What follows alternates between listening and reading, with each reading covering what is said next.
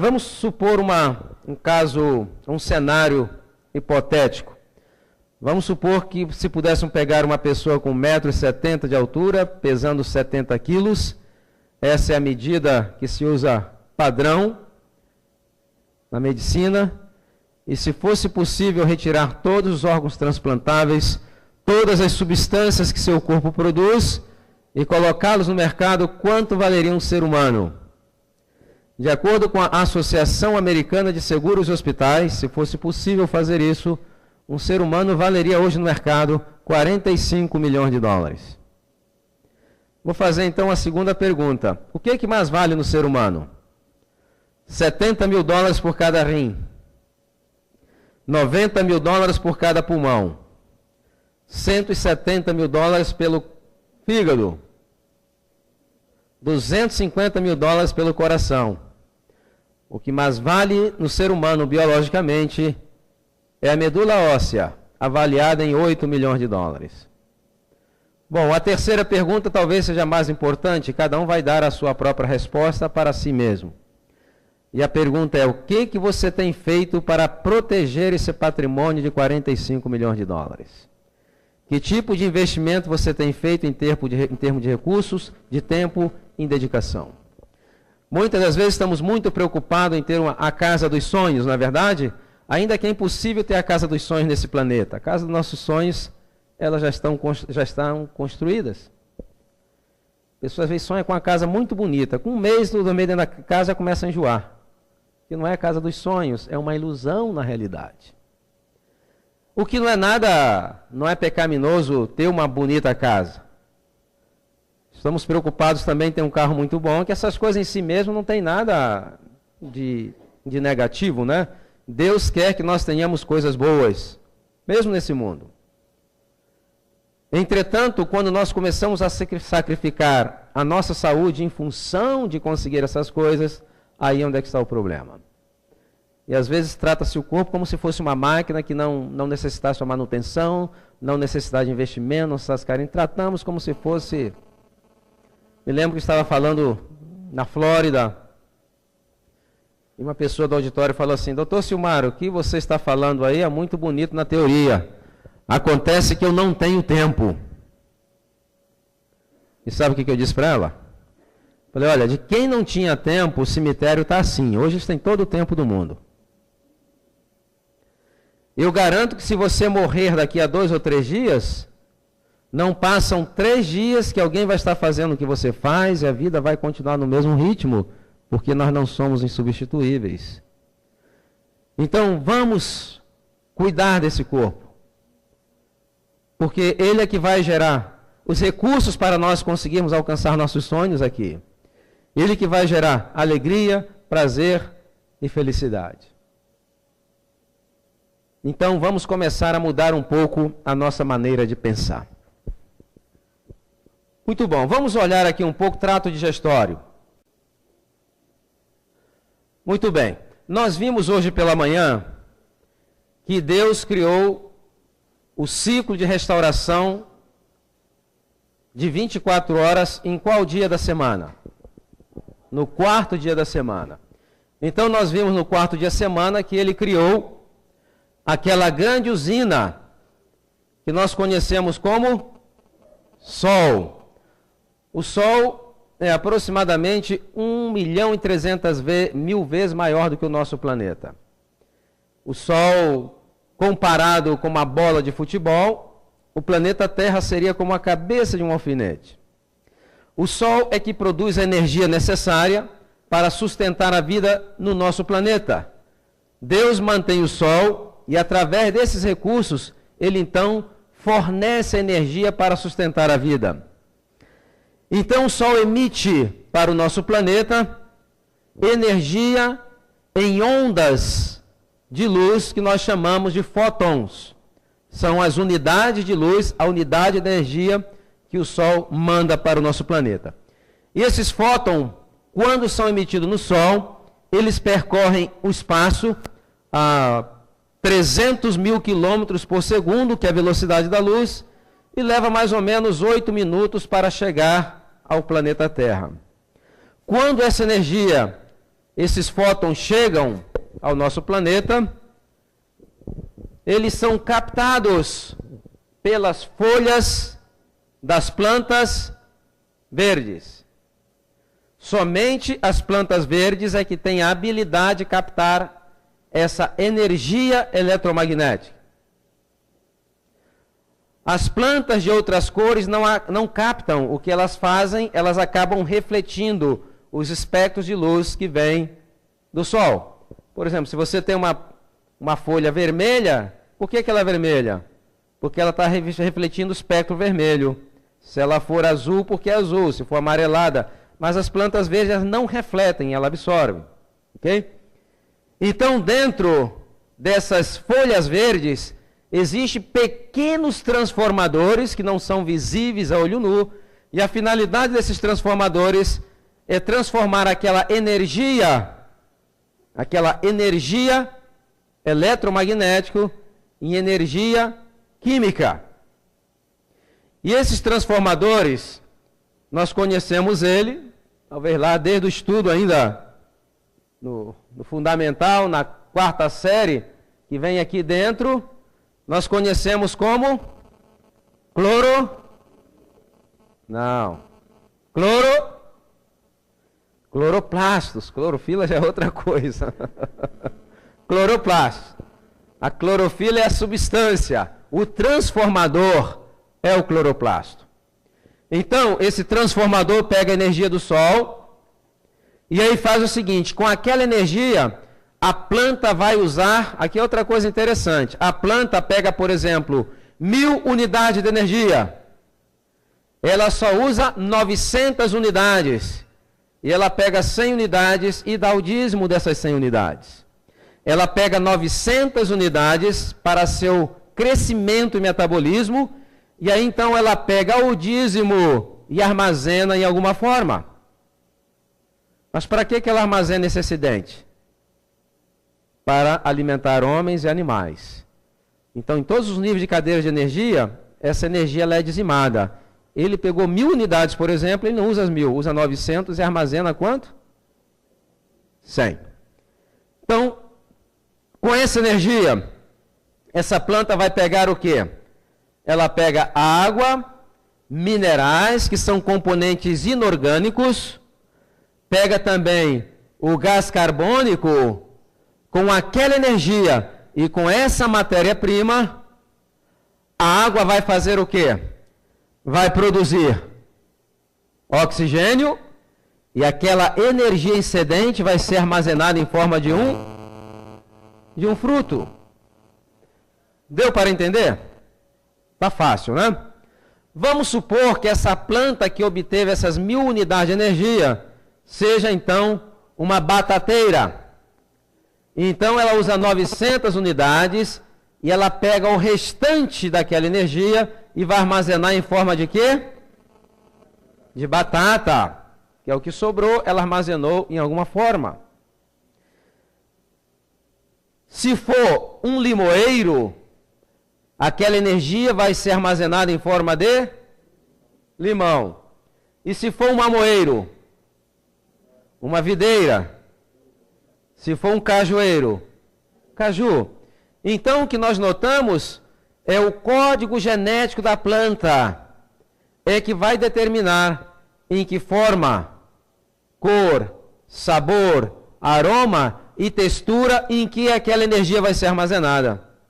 Como existe uma variedade muito grande de código genético nas plantas, existe uma variedade muito grande de alimentos.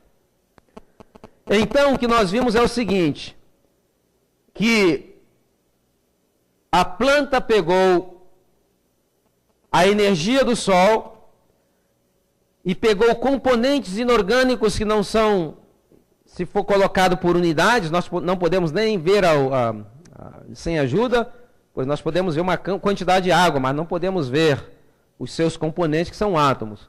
Então ela pega aquelas unidades tão pequenas e vai montando alguma coisa grande.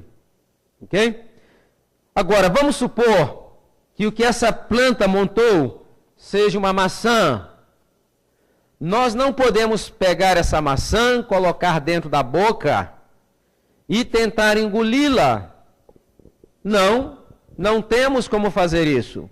Para que possamos obter os elementos que estão ali, nós temos que transformar essa maçã em unidades tão pequenas, mas tão pequenas que possa ser absorvida pelo nosso organismo.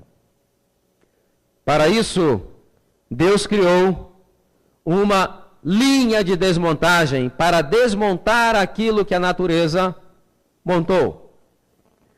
Essa linha de desmontagem é uma linha muito organizada. Cada departamento está encarregado de desmontar alguma coisa. Então temos boca, o tubo condutor esôfago, estômago, depois temos o duodeno, depois temos vários segmentos do intestino. E cada um desses segmentos está especializado em desmontar alguma coisa. Cada segmento. Deixa eu dar algumas informações interessantes a respeito dessa linha de desmontagem. Essa linha de desmontagem, numa pessoa de 1,70 m pesando 70 quilos, se você fosse esticar desde a boca até o retum em uma linha reta, fosse possível esticar e medir, numa pessoa de 1,70 m pesando 70 quilos, ela teria mais ou menos 10 metros de comprimento. Então, como que ela cabe ali dentro? Porque ela está bem organizada. Ok? Essa linha de desmontagem, ela é controlada pelo sistema nervoso central. É o sistema mais inervado do organismo que nós temos. Por isso que quando existe estresse, ansiedades, uma série de problemas na mente, acaba refletindo no nosso trato digestório. E vai refletir também de maneira diferente em diferentes pessoas. Por exemplo, tem pessoas que quando estão sob tensão dá uma diarreia. Tem outras que já ficam com prisão de ventre. Não é verdade? Então, essa resposta ela vai ser diferente em diferentes pessoas. Esse trato digestório, aqui, por exemplo, essa parte chamada intestino liso, é onde se dá a absorção da maioria dos nutrientes. Esse intestino liso, se você fosse cortá-lo e medir a sua área, ele teria apenas meio metro quadrado. Entretanto, o grande engenheiro do universo, ele colocou dentro daquele intestino ali estruturas que nós conhecemos como vilosidades. O que são vilosidades ou vilos? São projeções parecidas com um carpete bem felpudo, que tapetiza aquela parte interna do trato do intestino liso, e essas estruturas acabam transformando a área de absorção de meio metro quadrado para uma área de absorção de 250 metros quadrados, equivalente a uma quadra de tênis. Por isso que essa área ela é muito bem vigiada, porque é a maior área que coloca o ser humano em contato com o mundo exterior, muito mais que a nossa pele. Por isso que ela é muito bem vigiada, e aproximadamente 60% dos linfáticos estão distribuídos aqui. Por quê? Porque ela é seletiva, ou deve ser seletiva. Se entrar ali alguma molécula de determinado tamanho que não deveria entrar, imediatamente elas são o quê? Destruídas. Então é muito bem vigiado o nosso trato digestório. Aqui tem uma pequena estrutura. Essa estrutura chama-se apêndice. A medicina moderna sempre ensinou que o apêndice era um órgão vestigial. O que é um órgão vestigial? O órgão vestigial é o seguinte: baseado nessa filosofia do evolucionismo, ele diz o seguinte, que o cólon do ser humano ele era muito maior. E à medida que foram passando o tempo, foi mudando a alimentação, o cólon foi ficando menor, e ficou aquela tripazinha ali, que segundo ele não serve para nada, só serve para infeccionar. E baseado nessa filosofia, foram feitas milhares e milhares, eu creio que centenas de milhares das chamadas cirurgias profiláticas. O que é cirurgia profilática? Bom, O cirurgião abre o indivíduo para operar uma coisa. E ele diz o seguinte: eu já estou aqui, eu já aproveito e levo também um apêndice, porque isso não serve para nada, só serve para infeccionar. Entretanto, nos últimos 15 anos, o que nós descobrimos? Na realidade, esse apêndice não tem nada a ver com o órgão vestigial. Ele é um posto avançado, é um tecido linfóide, e ali estão células de defesa do nosso organismo, que vai fazer o quê? Número 1, manter a nossa flora intestinal no número ideal para que não se multiplique de maneira desordenada e possa trazer enfermidades. Número 2, vigiar se existe a presença de alguma bactéria patogênica para imediatamente destruí-la. Então, uma parte importante do nosso sistema imune. E hoje já se sabe que pessoas que tiraram o apêndice, eles têm de 3 a 5 vezes mais chances de desenvolver problemas inflamatórios no intestino ou também desenvolver câncer do cólon. Por isso que essas pessoas precisam cuidar muito mais, porque o seu posto avançado de defesa não está funcionando. Logicamente que quando existe uma infecção, é uma emergência médica, tem que operar, não tem jeito. Mas o que ocorre é que esse problema, por exemplo, de apendicites, colelitiases, são problemas, colelitiase é pedra na vesícula, são problemas relacionados quase que exclusivamente a hábitos alimentares. Como nós sabemos isso? Que a Europa e Américas, a incidência é muito grande. Entretanto, em outros países, esses problemas são quase que desconhecidos, são muito raros. E qual a diferença que existe entre esses países e os outros? É a alimentação. Agora, existem algumas estruturas aqui que não faz parte da linha de montagem, mas desempenham uma função muito importante. Aqui nós temos o fígado. O fígado, na minha opinião, é o órgão mais fascinante que existe no corpo humano. Fascinante, espetacular. Eu até creio que quando alguém fosse fazer uma declaração de amor, deveria falar: eu te amo com todas as forças do meu fígado. Porque o coração, ele é uma bomba, conjunto de bombas que trabalham, mas o fígado não. Para vocês terem uma ideia, o fígado, ele pode, que se sabe até agora, ele realiza cerca de aproximadamente 500 reações químicas diferentes.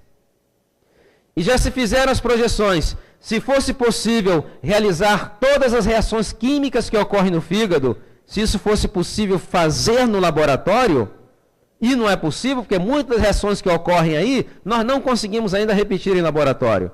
Mas se fosse possível, esse laboratório teria que ter 250 quilômetros quadrados. Se fosse possível. E essas reações ocorrem naquele órgão entre 1 quilo, 1,5 kg até 2 quilos, bem protegido. O fígado, ele é o que faz o trabalho duro metabólico do nosso corpo. É ele que contribui para neutralizar substâncias tóxicas a cada momento. É um sistema de reciclagem espetacular. E pega alguma coisa que o corpo já não quer, não presta, e transforma em alguma coisa que o corpo precisa. O fígado, ele é tão espetacular que você pega e retira 2/3 dele, espera alguns meses, ele volta novamente a crescer. Ele se auto-regenera. E é um órgão tão fascinante que, às vezes, uma pessoa começa a tomar bebidas alcoólicas com 14, 15 anos de idade. E tem gente que toma bebida e chega a 50 e 60. Às vezes morre de outra coisa, mas não morre com problema de fígado. Porque ele é vivo, ele vai se adaptando. Certamente chega um momento que ele vai começar, então, a capitular. Aí temos aqui o pâncreas. Esse pâncreas, ele é um órgão interessante. Ele tem duas funções, uma função endócrina e uma função exócrina. Endócrina por quê? Porque ele libera substâncias da corrente sanguínea, diretamente da corrente sanguínea. E exócrino, porque ele libera substância também dentro do duodeno. Ok? Tripsina, quimiotripsina, amilase, tudo isso. Então, o pâncreas, ele controla o nosso metabolismo, agindo no alimento dentro do trato digestório, depois agindo na glicemia dentro do sangue, através de insulina e glucagon. Insulina e glucagon. Ok? Agora, essa máquina aqui, muito bem projetada, quando ela saiu das mãos do Criador, ela já veio com selo de garantia para durar quanto tempo? Que nós vimos hoje pela manhã? Com uma boa manutenção, quanto tempo? 120 anos. Entretanto, a maneira e a falta de manutenção. Tem pessoas que chegam aos 40, 50 anos. Essa máquina já está o quê? Detonada. Em termos de energia vital, a pessoa já está vivendo de pré-datados. O resultado o que é? Envelhecimento precoce, enfermidades e morte prematura.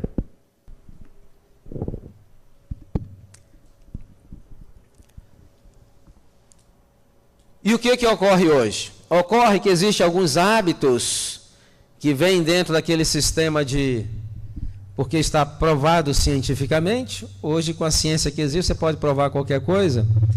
E o que ocorre é que, eu mencionei nessa manhã, dos interesses corporativos. Então, alguns anos, o que é 15 anos atrás aproximadamente, começou a fazer estudos, pesquisas. E aí chegaram à seguinte conclusão: bom, quanto intervalo curto maior você come, é melhor para a saúde. E foram estudos patrocinados pela indústria dos alimentos. Então isso ganhou a mídia e hoje nós temos nossas universidades aconselhando as pessoas a comer em intervalo mais curto, porque vai parar o metabolismo, vai ajudar a reduzir o metabolismo, aquela coisa toda. Desconsiderando o atropelo que é em todos os outros processos fisiológicos, nós vamos ver aqui. E vamos ver fisiologicamente por que isso é errado.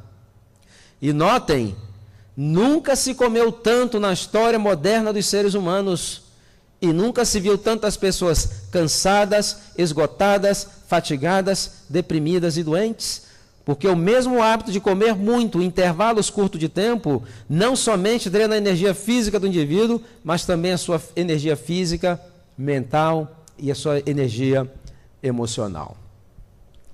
Então, o pâncreas, por exemplo, com uma boa manutenção, quanto tempo deveria durar? De acordo com o manual.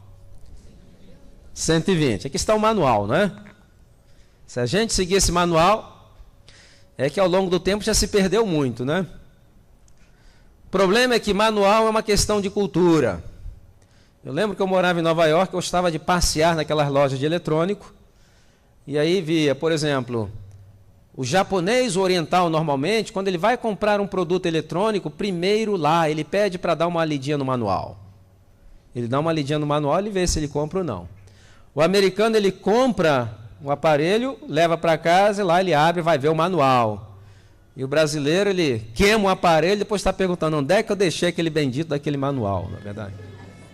Então, não vamos fazer com o nosso corpo como fazemos às vezes com alguns equipamentos. Vamos seguir fielmente as orientações do Criador. Então, ele vem com uma vida útil. E como eu mencionei pela manhã, cada pessoa tem o seu calcanhar de Aquiles biológicos. E tem pessoas que têm o seu calcanhar de Aquiles biológico, o que é? É o pâncreas.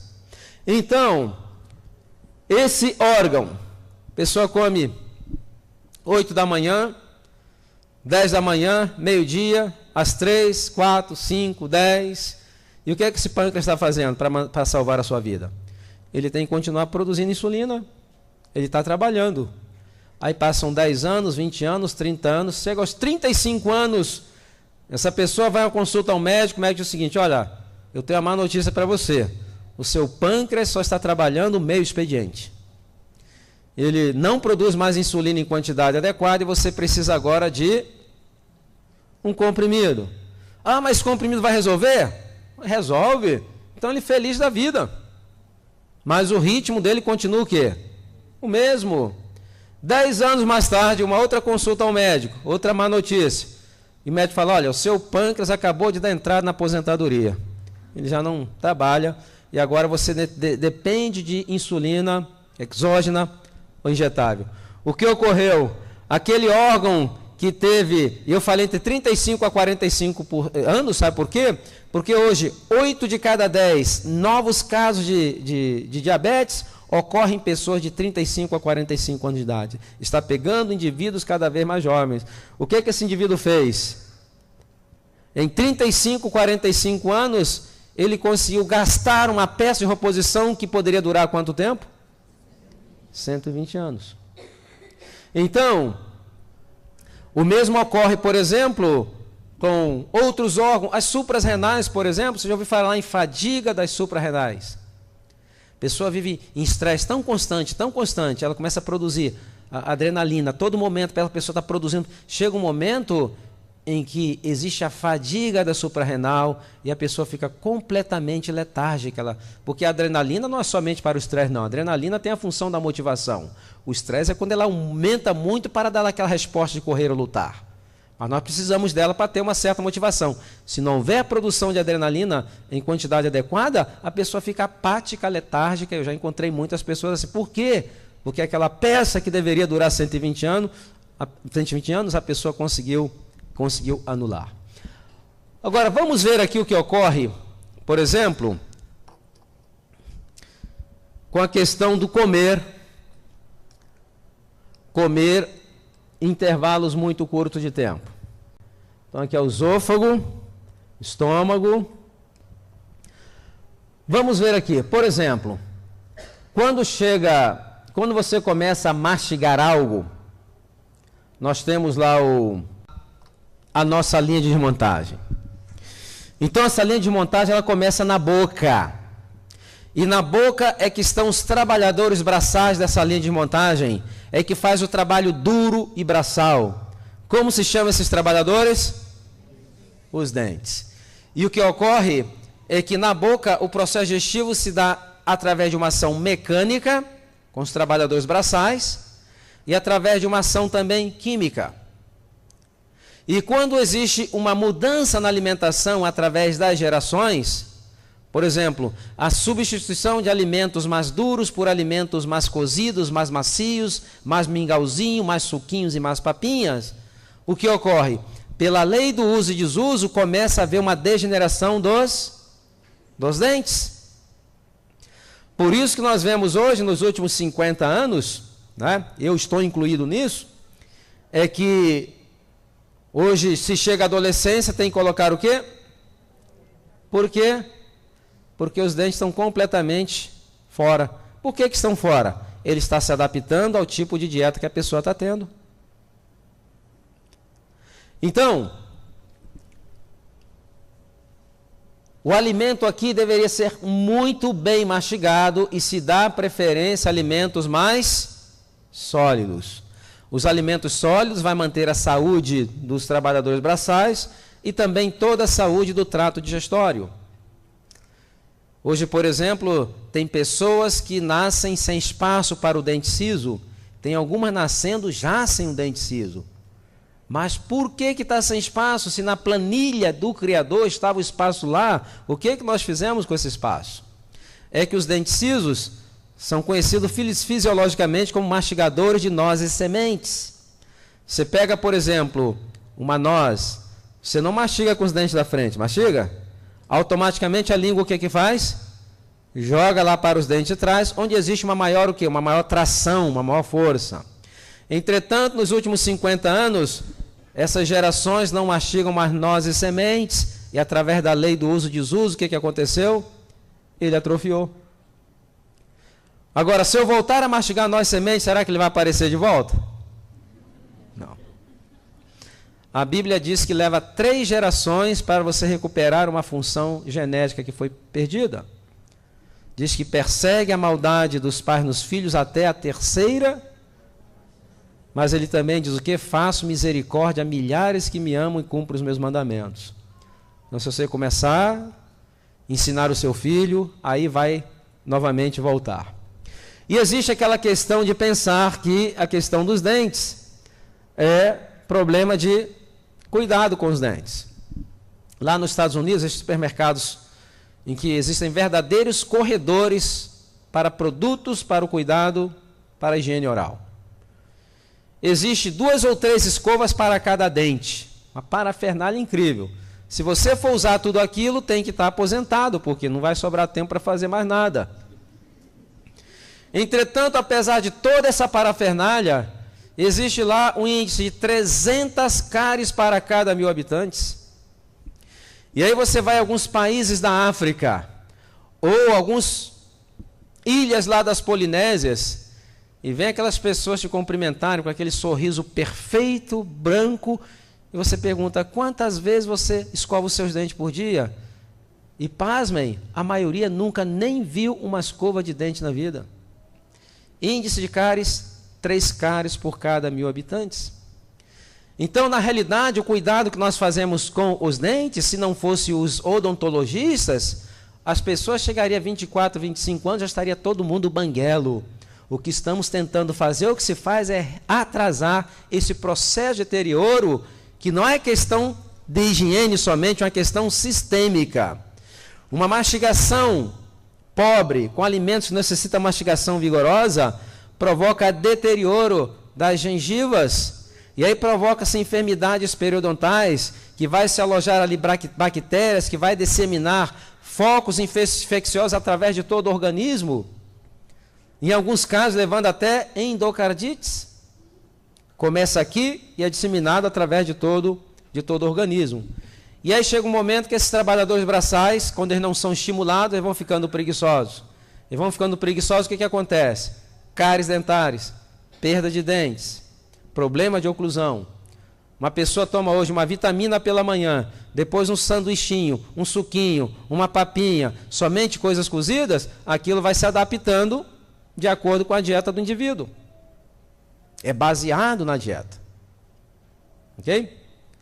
Por que, por exemplo, que os chineses têm aquele dentinho meio para fora? Aquilo é ideal para comer arroz com aquele palitinho. E eles têm feito isso por centenas de anos, ou milênios na realidade. Nós vamos nos adaptando, ok? Agora, de vez em quando alguém fala, doutor Silmar, eu estou me alimentando muito bem. De manhã eu coloco no liquidificador, fala com todo orgulho, né? Banana, mamão, castanha de caju, ração humana, leite de soja. E aí eu tomo aquilo de manhã e me sinto muito forte. E sabe o que eu digo? Forte não, você deve estar cheio de gases, cheio de distensão abdominal, né? Por quê? Banana, mamão, cereais, onde deveria começar a digestão? Na boca. E o que aconteceu com aquilo que ele bebeu? Foi direto, passou sem digestão. Então, mesmo os sucos e vitaminas deveriam ser mastigadas, desgustadas e saboreadas. E aí o que ocorre? Ele tomou, e aquilo ali então vem, passa o estômago, ele tem 2 portões. O primeiro portão chama-se válvula gastroesofágica, e o segundo portão chama-se válvula pilórica. Quando você começa a mastigar alguma coisa, imediatamente esse portão de baixo ele fecha. Por quê? Seu estômago produz, ele tem uma outra ferramenta. A ferramenta desse departamento da boca, a principal chama-se amilase, que é especializada em desmontar amidos. No estômago existe outra ferramenta, porque é um outro departamento. Esse departamento, a ferramenta principal, chama-se ácido clorídrico, que vai desmontar proteínas em aminoácidos. Ok? Então, quando você começou a mastigar, o piloro fechou. Por que fecha? Porque aqui produz ácido. O estômago, ele tem uma capa, que é uma geleia branquiçada, nós chamamos de mucosa. Essa capa não permite que o ácido que ele produz digira o próprio tecido do estômago. Entretanto, o duodeno não tem. Se esse piloro fica aberto, à medida que ele vai começando a se movimentar para misturar o alimento ao suco gástrico, pode vazar para o duodeno, e aquilo ali vai provocar o quê? Uma úlcera gastroduodenal, porque o duodeno não conta com essa proteção. Então ele tem que estar bem fechado. E aí chegou aquele suquinho, aquela papinha que tomaram de manhã. Quando chega no estômago, há uma reclamação. Eles colocam a mão para trás e falam, esse pessoal lá em cima, que trabalho estranho estão fazendo. Nós não temos essa ferramenta aqui. Não temos, como é que nós vamos fazer isso? E aí o estômago o que faz? Manda um e-mail de reclamação para o departamento de controle de qualidade, que é o cérebro. O cérebro fala, então fazer o seguinte, então ele manda impulsos elétricos para provocar contrações na parede do estômago, na tentativa de devolver para a boca aquilo que não foi desmontado corretamente. E aqui nós já vemos o que? Está lançados os fundamentos da refluxo gastroesofágico, que hoje é uma epidemia. Eu até digo, 11 de cada 10 pessoas que eu converso, diz que 11 de cada 10 tem problema de refluxo, porque não está mastigando como deveria mastigar. Quando se ingere uma coisa que é muito tóxica, essas contrações são tão violentas que a pessoa então vomita. Mas acontece que esses alimentos não são altamente tóxicos. Então aquela contração não tem como fazer vomitar. Mas a pessoa sente que o alimento vem. E quando ele vem misturado com o quê? Com ácido clorídrico. E o esôfago não tem também aquela proteção. E o que ocorre? O ácido começa então a queimar o tecido do esôfago, que pode levar a médio a longo prazo uma incompetência da válvula gastroesofágica, pode levar a uma calásia, pode levar a esofagites e, em casos mais extremos, ao câncer de esôfago, que é um câncer muito agressivo, do diagnóstico ao óbito, aproximadamente 6 meses. Então, a mastigação ela é muito importante. E quando ela chega aqui, aí o estômago vai poder cuidar da sua parte. Qual é a sua parte? Desmontar polipeptídeos, ou seja, desmontar proteínas em unidades chamadas aminoácidos, que vai fazer parte do estoque de aminoácidos do organismo, onde ele vai usar aquele aminoácido para sintetizar aquilo que ele precisa. Agora, chegou no duodeno. Quando o alimento tem muita gordura, que ele chega no duodeno, aqui nós temos uma glândula debaixo do fígado, chamada o quê? Vesícula. Essa glândula, ela está cheia de bile.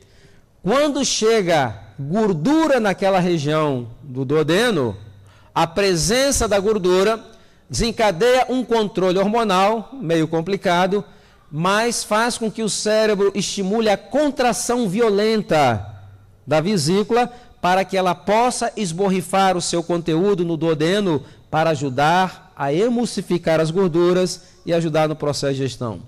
Notaram que é uma linha que trabalha em sincronia? Cada um tem o seu trabalho, cada um tem a sua função. E nós, então, acabamos de desregular completamente. Então, vamos ver aqui o que ocorre com a questão da quantidade e frequência inadequada dos alimentos. Vamos supor que você comeu às 8 horas da manhã. Você sentou, mastigou bem mastigado, saborou seus alimentos. Aquele alimento bem mastigado, ele é conduzido pelo esôfago até o estômago. Depois que você tomou o seu último bocado do desejum, então existe um tônus maior naquele esfíncter gastroesofágico, então você tem um ambiente ali super controlado, porque é um ambiente muito o quê? Ácido. Ele é tão ácido que se colocar o dedo lá dentro, ele queima. Ok? E aí começa. Aí quando esse alimento está aqui, o cérebro então ele começa a segunda fase da digestão, e ele vai e emite impulsos nervosos para estimular a contração da musculatura da parede do estômago, que nós chamamos de movimento peristáltico. Qual é a função desse movimento peristáltico? É misturar bem os alimentos com suco gástrico. Quanto tempo? Vai depender da quantidade de proteínas, mas vamos colocar uma média de 2 horas. Então você comeu às 8 horas da manhã, começou então o processo digestivo, e depois de 2 horas, aquele ambiente que estava ácido, ele voltou a alcalinizar. E o estômago, o que é que ele faz? Ele manda então um e-mail para o cérebro, dizendo o seguinte: pode liberar o piloro, porque aqui já terminamos. Aí o que o cérebro faz? Está no horário do lanchinho das 10, está acabando de chegar aqui. E aí, quando aquele pilouro ia abrir, às 10 da manhã, o que ocorreu? Chegou o lanchinho das 10. Quando você morde alguma coisa, o que ocorre com o pilouro? Ele fecha. Então ele continua fechado. E ele vai trabalhar agora com o lanchinho das 10. Quanto tempo? Mais ou menos 2 horas. O cérebro tem que começar tudo novamente. Ele tem que controlar, ele tem que estimular uma êxtase, uma circulação, não a circulação, uma congestão de sangue na parede do estômago, porque é esse sangue que vai prover o calor para acidificar mais, ali, o calor. Ele tem que controlar a secreção das enzimas e ele tem que mandar mais impulsos para controlar o quê? O peristaltismo. Então, 2 horas. Então, 2 horas e começa tudo novamente. Aí chegou meio-dia. Meio-dia voltou a alcalinizar aquele ambiente e novamente mandado uma mensagem. Libere esse pilouro. Só que horas são? Meio-dia. Vem outra mensagem e fala, rapaz, você não sabe o que está chegando aqui agora. Aí começa a cair, né? Perna de frango, bife, macaxeira, dependendo da região, na verdade, arroz, feijão. Quanto tempo agora para o almoço? Normalmente o almoço ele é mais rico em proteínas. Então não vai ser somente 2 horas. E aí quando chega o almoço, o que o cérebro tem que fazer? Ele tem que fazer tudo de novo. Provocar uma congestão de sangue aqui na parede do estômago. Ele tem novamente que mandar impulso elétrico para o peristaltismo. Ele tem que controlar tudo isso. E aí que horas termina a digestão?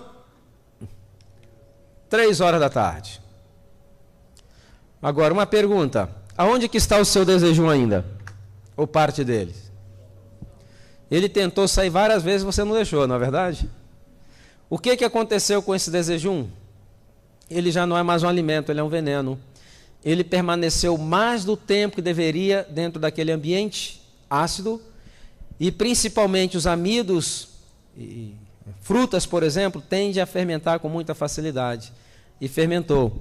E a fermentação vai produzir o quê? A fermentação vai produzir álcool. E hoje está ocorrendo um fenômeno muito interessante. De vez em quando alguém fala, doutor Silmar, estou muito preocupado. Acabei de fazer um exame médico, meu médico me disse que estou com um problema sério no meu fígado. Mas eu sou adventista de berço, eu nunca tomei nenhuma cervejinha na minha vida.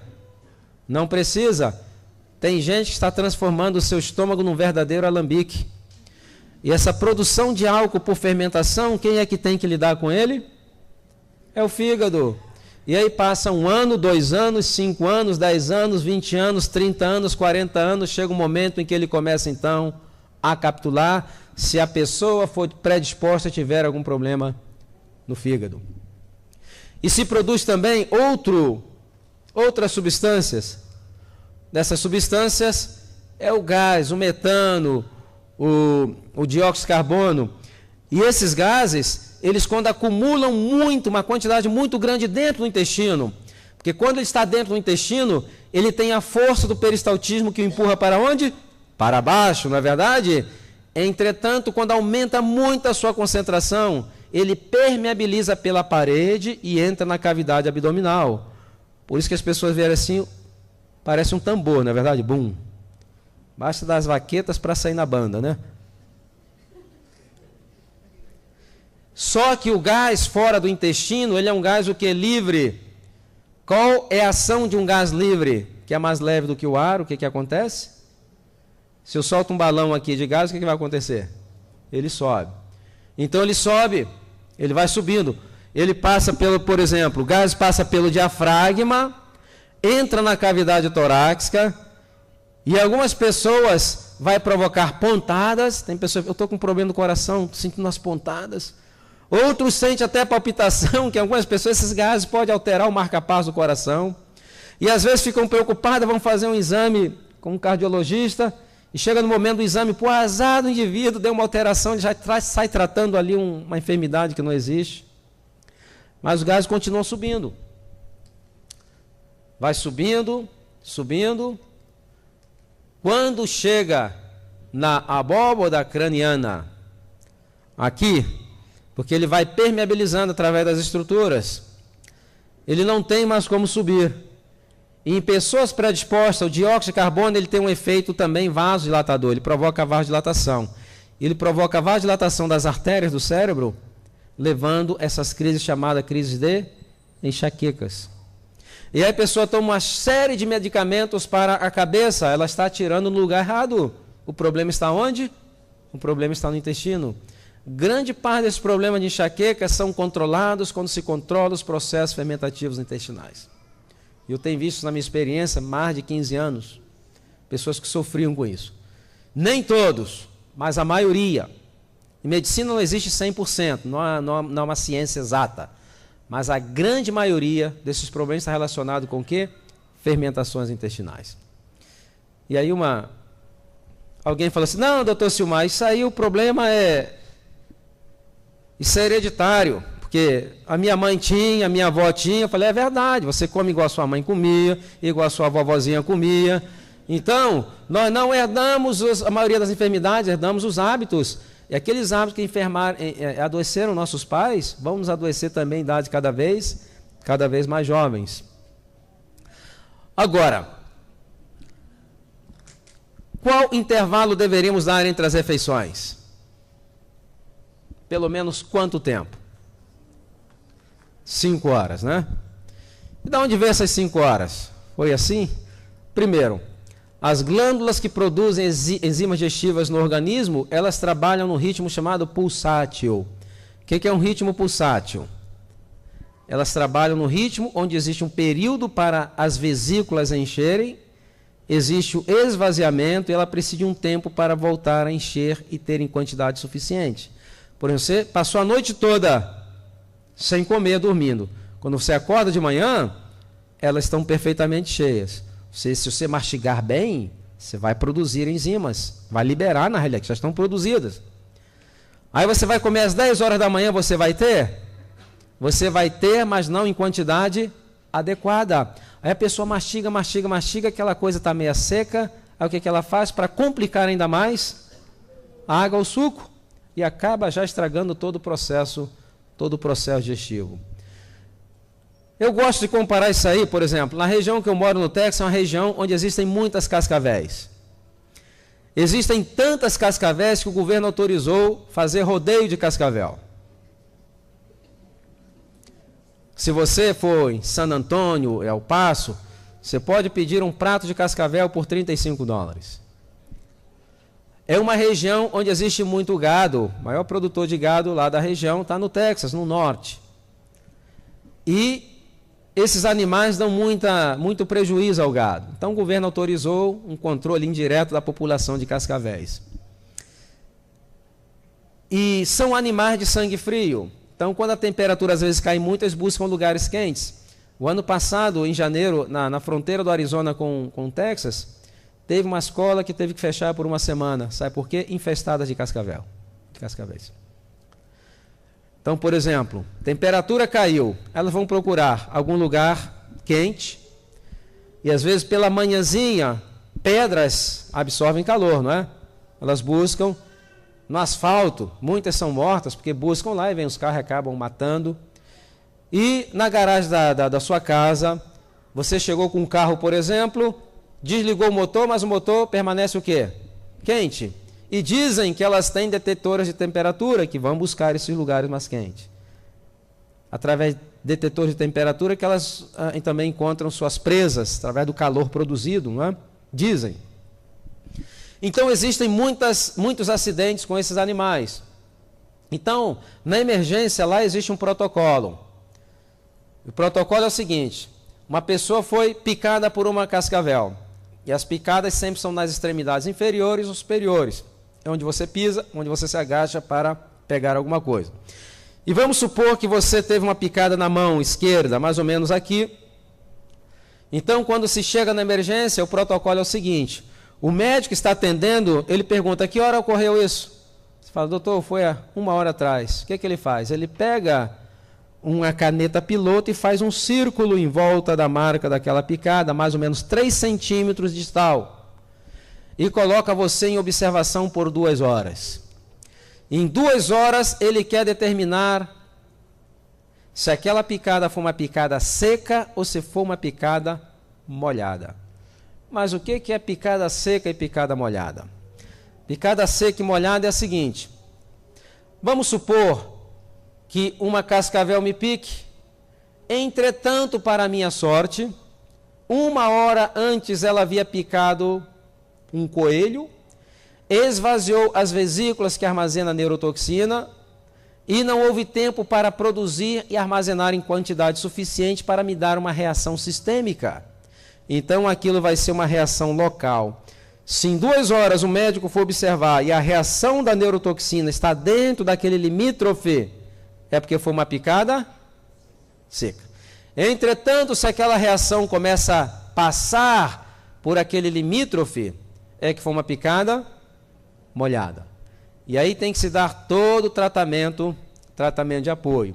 Se dá o soro antiofídio, tem que ter preparado o sistema de ventilação mecânica, tem que alertar cirurgiões, porque às vezes a reação tem reações tão violentas que começa a inchar, e o que ocorre? A inchação começa a comprimir os vasos dentro, levando a uma síndrome chamada compartimental, que aí previne a circulação de sangue, aquilo necrosa muito rápido, então o cirurgião tem que fazer incisões longitudinal para poder aliviar a pressão e manter então a irrigação sanguínea daquela região. E o soro antiofídio? Agora, algumas pessoas no Brasil me perguntam, e por que não dá o soro antiofídio assim que a pessoa chega na emergência? É muito simples.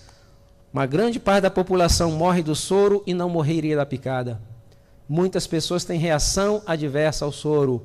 Então, o que está vendo é risco-benefício. Se for uma reação sistêmica, vale a pena o risco de dar o soro, porque o caso dele vai ficar um caso grave. Se não for, podemos se observar, e se for uma picada seca, 2 horas depois, trata aqui localmente, manda a pessoa no dia seguinte ver o seu médico da família, e continua assim. Então, o que nós estamos querendo ver é risco-benefício. Então, na realidade, trabalha mais ou menos assim. Existe um momento em que está enchendo, armazenando nas vesículas, existe aquele esvaziamento e necessita-se também um tempo. Por isso que a pessoa fala, mastiga, está seco. Claro, ela está mastigando toda hora. Mas, entretanto, tem pessoas que não param aí às 3 da tarde, outras 3h15, não é? Começa a comer de novo, 5, 6, 7.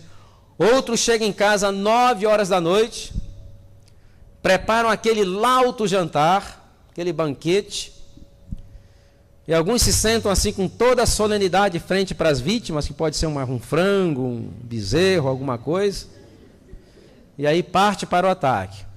Vocês lembram que eu mencionei pela manhã a questão do ciclo que está dividido na fase clara e na fase escura? Quando o sol se põe, o cérebro começa a liberar na corrente sanguínea uma substância chamada melatonina. O que é melatonina? Melatonina é um relaxante muscular. Esse relaxante muscular está preparando você para dormir ou para um banquete? Para um banquete. Entretanto, 9 horas da noite, na realidade essa melatonina penetra também na musculatura, porque o trato digestório é composto de várias capas musculares que recebe a ação da melatonina. Então, quando você começa a comer de noite, o cérebro fala, eu não acredito, não é possível. Porque agora o que vai ocorrer? Ele vai ter que ter um esforço muito maior, porque ele vai ter que estimular tecidos que estão sob efeito de um relaxante muscular. Então, vai ser um trabalho duro, que vai arrastar-se até altas horas da noite, e aí vai vir um fenômeno. Às vezes a pessoa esteve na cama 10 ou 12 horas, entretanto, quando acorda no dia seguinte, está pior do que quando foi dormir. Sabe por quê? Porque você nunca chegou a uma profundidade de sono que pudesse reparar aquele cansaço. Isso é cumulativo. E aí ela tem que acordar no dia seguinte, porque ela precisa trabalhar ou estudar ou fazer alguma coisa. Ela não tem força. Mas ela começa então a usar aquele fundo de energia vital, lembra? E ela vai gastando, 40, 50 anos já está em bancarrota. O resultado o que é? Envelhecimento precoce, enfermidades e morte prematura. Por quê? 10h30 até 2 horas da manhã é o horário nobre do sono. Nesse horário, o cérebro deveria estar reparando aquele desgaste que você teve durante o dia, em uma das fases do sono. Existe um momento do sono chamado movimento rápido dos olhos, onde o cérebro começa a disparar cargas elétricas. Ele dispara essas cargas elétricas para checar todos os cabos elétricos, todos os tecidos, para ver como é que está, o que precisa. E como os olhos possuem nervos ópticos que estão atrás e que tem um calibre muito grande, essas descargas elétricas provocam o olho do indivíduo de um lado para o outro numa velocidade muito grande. Ainda bem que a pessoa está com o olho fechado, né? Que se um esposo ou uma esposa olha, aquilo está assim, ela sai correndo, né? Enlouqueceu.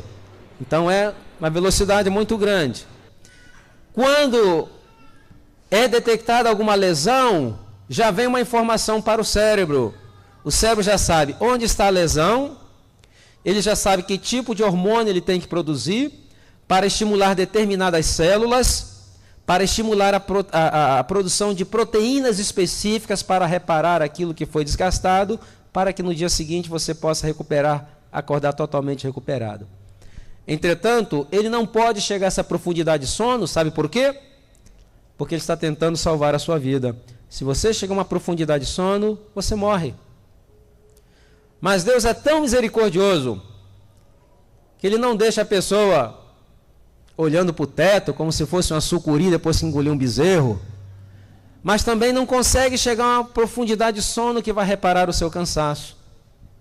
Isso aí é acumulativo, vai passando o tempo, todo o sistema, graças a Deus, nosso organismo ele é muito resistente.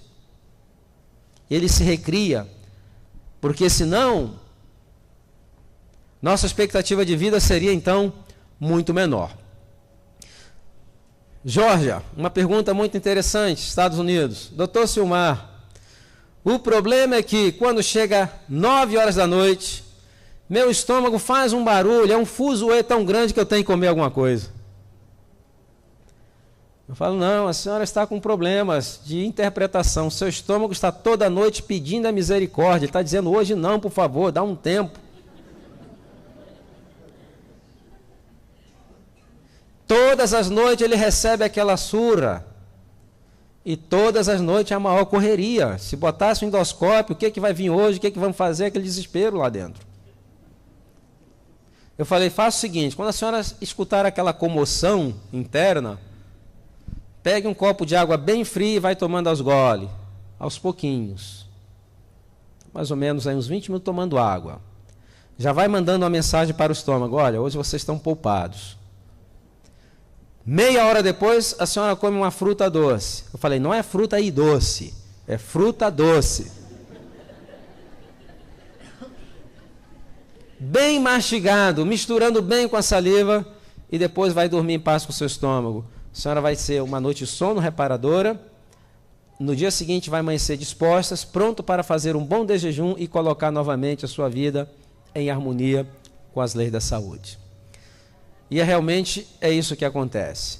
Existe fome e existe vontade de comer. A fome são necessidades calóricas do organismo. A vontade de comer é uma condição que nós impomos ao organismo. Então nós temos que descondicioná-los. Ok? Bom, todo o processo de recuperação da saúde, eles têm que estar focado na recuperação de 4 sistemas importantes do nosso corpo. Primeiro sistema digestório. É impossível ter uma boa saúde se não se tem uma boa digestão. É impossível. Se o que você comeu não foi desmontado de maneira própria, não vai produzir aqueles elementos de qualidade que você necessita. Então a restauração do processo da linha de desmontagem, ela é fundamental. Agora, se a linha de desmontagem é uma máquina, vamos supor que essa máquina desmontou, ela desmonta e ela empacota. Agora tem que haver um outro sistema que vai fazer com que leve aquele pacote ao cliente final. Quem é o cliente? É a célula. Então necessitamos de outro sistema, chamado sistema o quê? Circulatório. Então, a restauração do processo circulatório também é fundamental. E aí o que ocorre? Depois que aquela célula utilizou, né, aquela matéria-prima que chegou até ela de qualidade, sempre vai haver o quê? Dejetos que têm que ser eliminados. E para isso necessitamos, em bom funcionamento, um outro sistema chamado sistema excretório. E aí, para coordenar tudo isso, nós necessitamos o bom funcionamento de qual sistema? Sistema nervoso central. Então, o processo de revitalização que eu vou ensinar amanhã é um processo que visa a recuperação da integridade desses 4 sistemas. Se você tiver esses 4 sistemas funcionando bem, o resto vai ser consequência do funcionamento. Você vai ter um bom sistema imunológico. Então, são os 4 pilares da boa saúde: sistema digestório, circulatório, excretório e nervoso. Não existe grande mistério. Não vamos poder falar de todos eles, né? Normalmente leva uma semana para poder falar, mas nós temos aí um material, a saída, que é o livro Saúde e Longevidade, tem 8 DVDs com 15 horas de palestras, que ali, se vocês adquirirem, vão ter tudo. Mas o que vocês aprenderem aqui vai ser bem importante. Vamos ver agora. Então, aqui nós estamos vendo uma linha de desmontagem completamente desmontada. Ok? Aqui, por exemplo, nós temos um adenocarcinoma do esôfago com células escamosas. Aqui existe uma calase, que é um estreitamento. Como que passa alimento daqui para cá? Não tem como. Aqui já é uma hérnia de hiato, onde parte do estômago começa a entrar na cavidade torácica. Aqui nós temos uma úlcera gástrica. Nós temos não, ele tem. Aqui é um adenocarcinoma do estômago. Okay? Aqui está o engrossamento da parede, que é o tumor que começa a crescer por dentro. Aqui nós temos aqui se tem uma gastrite crônica. Aqui você tem pedra na vesícula. Essa pessoa pegou uma promoção, pegou tudo que tinha que pegar, né? Entretanto, ninguém nunca vai conseguir desenvolver tudo isso. Normalmente vai morrer de alguma coisa antes de desenvolver tudo, né? Aqui tem uma pancreatite aguda. Aqui um adenocarcinoma de cabeça de pâncreas. Aqui você tem esteatose hepática. O que é esteatose hepática? Gordura no fígado. Isso hoje também é uma epidemia. Ok? Aqui existe uma cirrose já pós-necrótica. Aqui você tem pólipos, divertículos, enfermidade Crohn, problemas inflamatórios como corites ulcerativas. Aqui você tem estreitamento na válvula iliocecal. Aqui você tem, existem hemorroides, fissuras anais. Então essa linha de montagem, ela está completamente o quê? Completamente desmontada.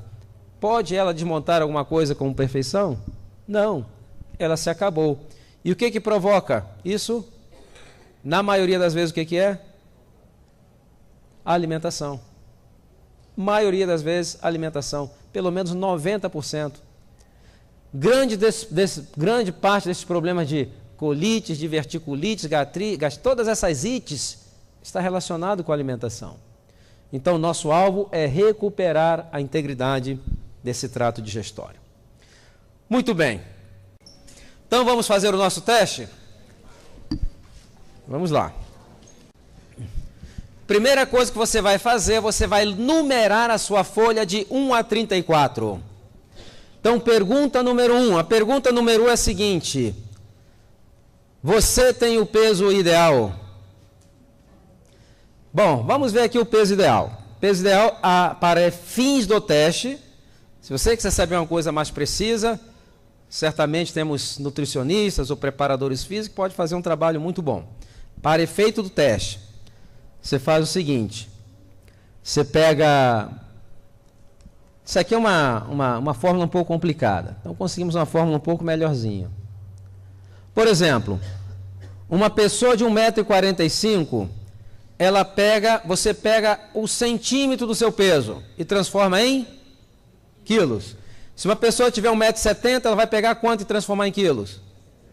E se ela tiver 1,69 m, vai transformar quanto? E se for 1,55 m? Então deu para entender. Aqui uma pessoa com 1,45 m, bem alta, né? Dá para notar. Então, o que você vai fazer? Vai fazer o seguinte: você pegou os centímetros da sua altura e transformou em quilo. Você pode somar 5 ou diminuir 5. Aqui, por exemplo, essa pessoa de 1,45 m, ela pode ter entre 40 a 50 quilos. Deu para entender? Então você pegou os centímetros. Se você tem 1,70 m, uma pessoa com 1,70 m, para estar no seu peso ideal, ela tem que estar com quantos quilos? De 65 a 75. Se estiver dentro dessa janela, aí ela tem um peso ideal. Deu para entender? Deu? Alguma dúvida? Isso para efeitos do teste, ok? O teste ele é muito mais misericordioso do que uma nutricionista. Então, se você tem o peso ideal, quantos pontos você ganhou? 20 pontos. Então, do lado do número 1, você vai escrever o quê? 20. Sabe por quê? Porque no final você vai ter que somar os pontos que você ganhou para nós compararmos aqui com os parâmetros de idade. Tá certo? Então aí vamos ver a idade biológica baseado no total de pontos. Tem que estar dentro. Ok? Então, pode colocar 0. Escrever alguma coisa ajuda, né? Bom, se você não tem o peso ideal, você não ganhou nada. Bem-vindo ao clube. Eu também não estou com o meu peso ideal.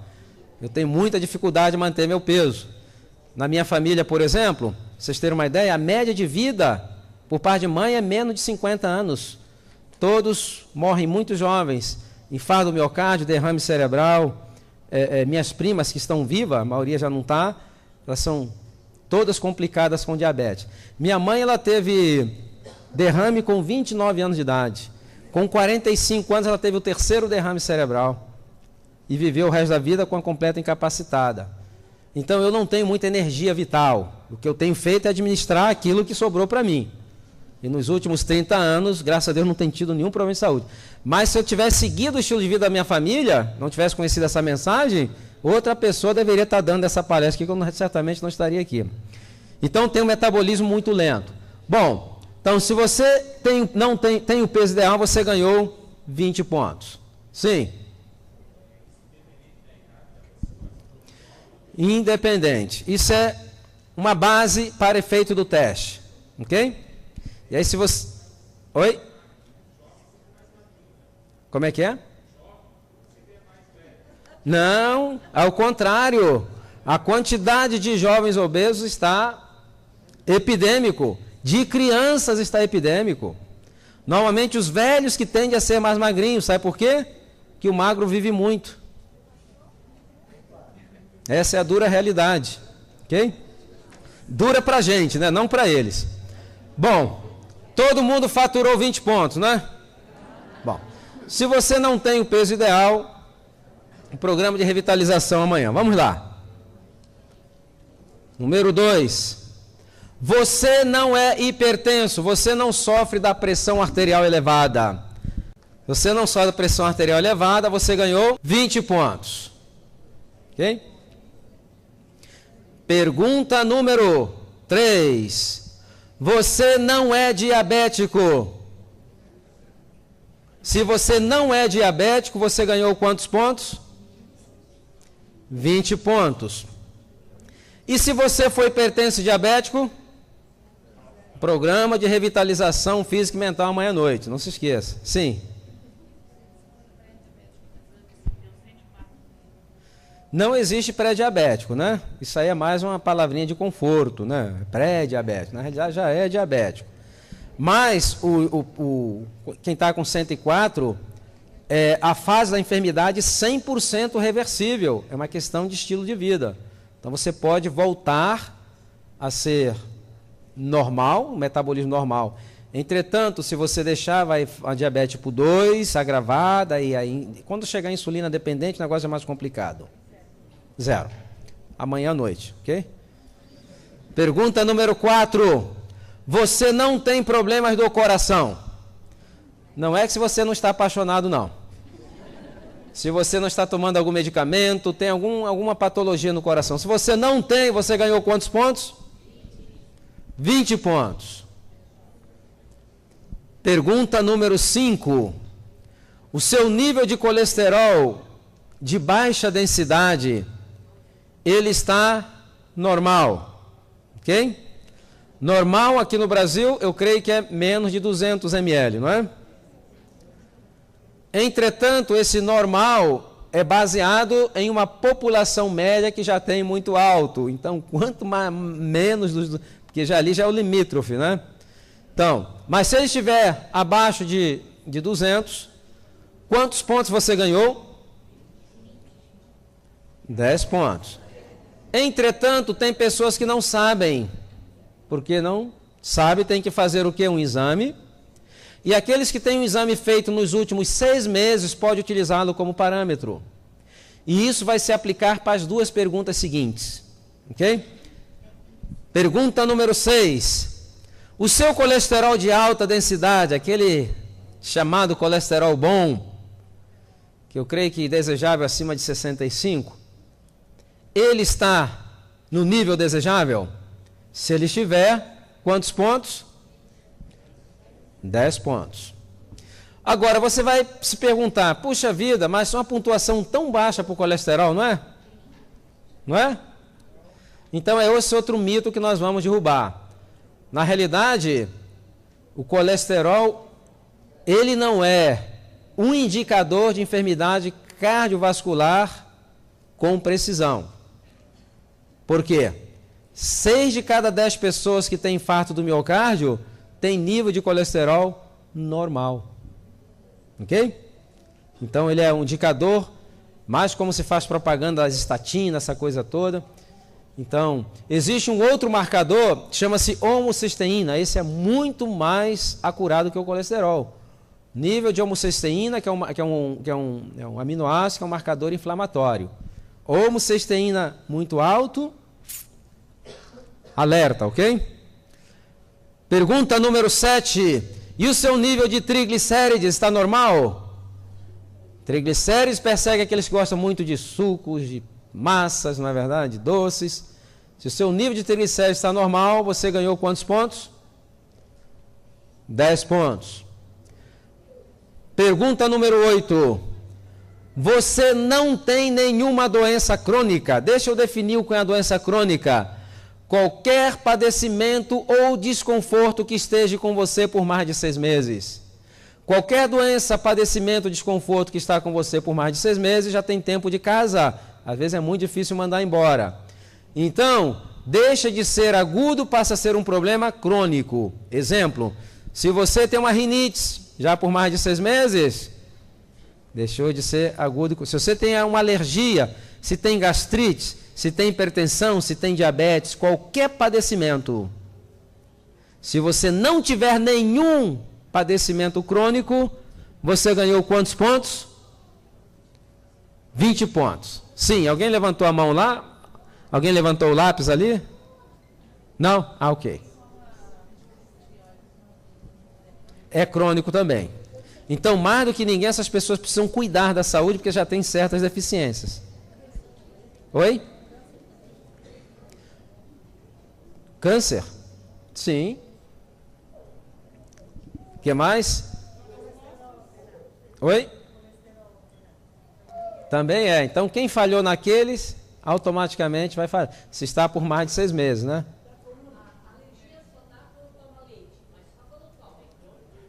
É crônica. Tem que mandar ela embora. Ou manda o leite ou manda os dois juntos, né? É um desconforto, não é? É crônico, é um padecimento crônico. É crônico, a enfermidade crônica obstrutiva pulmonar. É. COPD, que eles chamam aqui? A gente chama de COPD lá.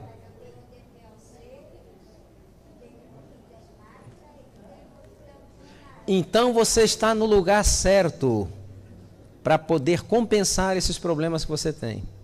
Tá certo? Seguinte, número 9. Você come frutas todo dia. Pelo menos uma porção, pelo menos uma banana, tenha misericórdia, alguma coisa. Se você come pelo menos uma porção de frutas, você ganhou quantos pontos? 10 pontos. Pergunta número 10.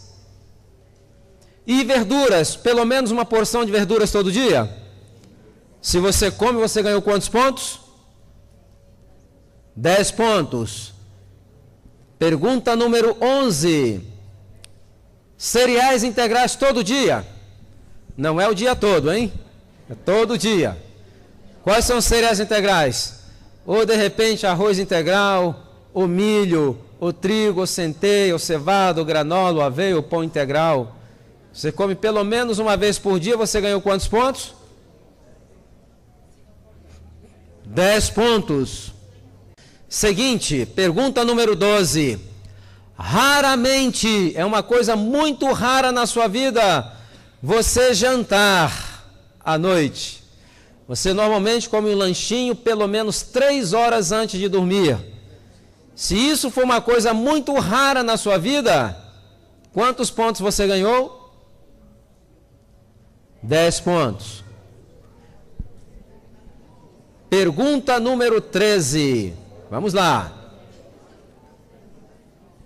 Você toma água todos os dias? Se você toma água em quantidade adequada, você ganhou quantos pontos? 25 pontos. Amanhã vamos ter uma palestra muito boa sobre água. Vocês vão descobrir porque o tomar água em quantidade adequada pode eliminar 45 sintomas de enfermidade, de acordo com a Clínica de Mayo nos Estados Unidos. Pergunta número 14. Atividade física semanal. Vamos ver. 5 ou 6 vezes por semana, quantos pontos? 25 pontos. 3 ou 4 vezes, quantos pontos? 5 pontos. E menos de 3 vezes? Por exemplo, se a pessoa faz menos de 3 vezes, é uma atividade muito intensa. Por exemplo, a pessoa não passou semana sem fazer nada.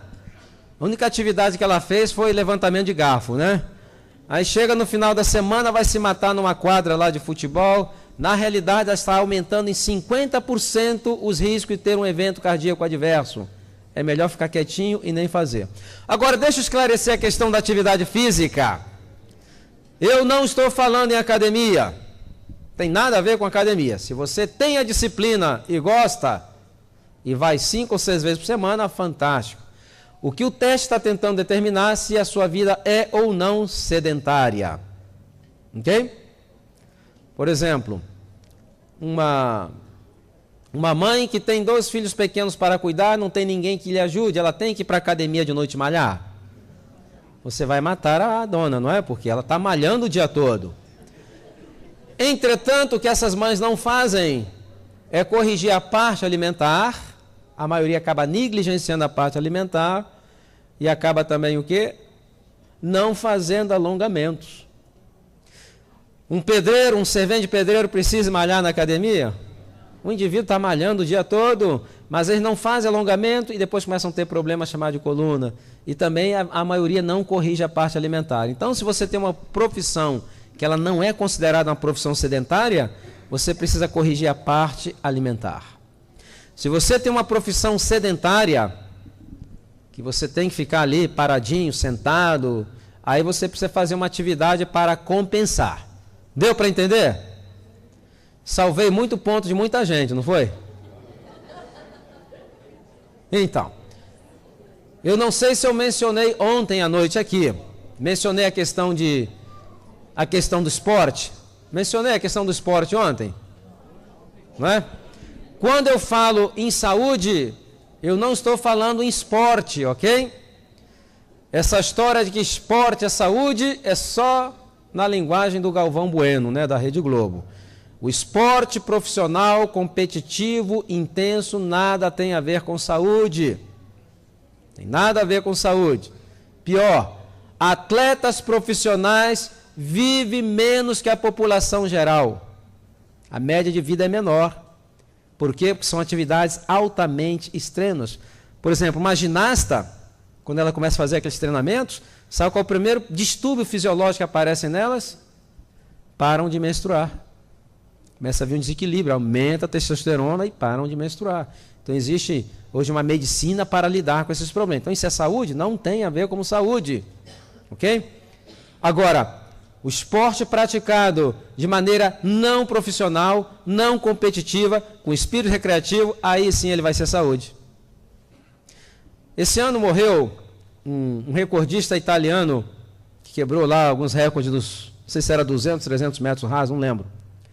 Mas eu sei que o recorde dele ficou 17 anos sem ser quebrado.